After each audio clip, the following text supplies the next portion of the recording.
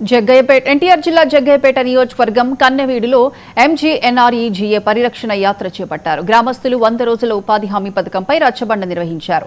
గ్రామంలో ఇప్పటి వరకు త్రాగడానికి మంచినీళ్లు లేవట.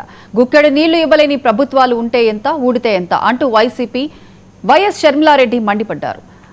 మన్రేగా చట్టంపై మోదీ కుట్రలు చేస్తే బాబు, జగన్, పవన్ మద్దతు ఇవ్వడం దారుణమని షర్మిల ఎద్దేవా చేశారు. రాష్ట్రంలో బాబు, జగన్ల చేతగాని పాలనతో రాష్ట్రంలో అభివృద్ధి లేదంటూ ఆమె ఆరోపించారు.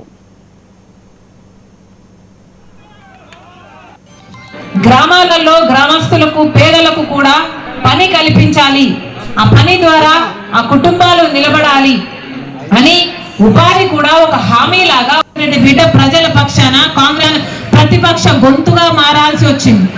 ఎందుకంటే మన రాష్ట్రంలో ఉన్న పెద్ద పార్టీలు మొత్తం అన్ని బీజేపీ పార్టీకే ఊడిగలు చేస్తున్నాయి.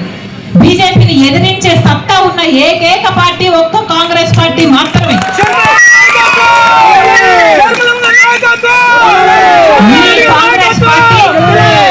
ఈ కాంగ్రెస్ పార్టీ రాజశేఖర రెడ్డి గారి పార్టీ. అమ్మా గుర్తుందా? హస్తం గుర్తు. ఇదే గుర్తు మీద మీరు ఓటేస్తే రాజశేఖర రెడ్డి గారు ముఖ్యమంత్రి అయ్యారు.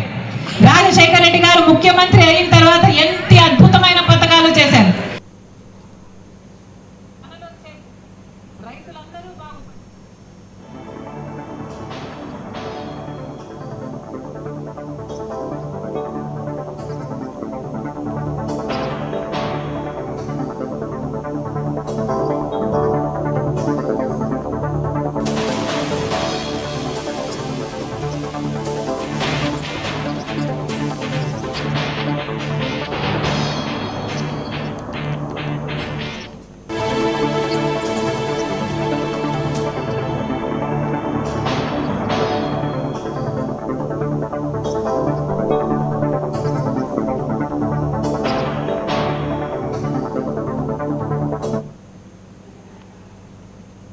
నంద్యాల జిల్లా ఆత్మకూరు అటవీ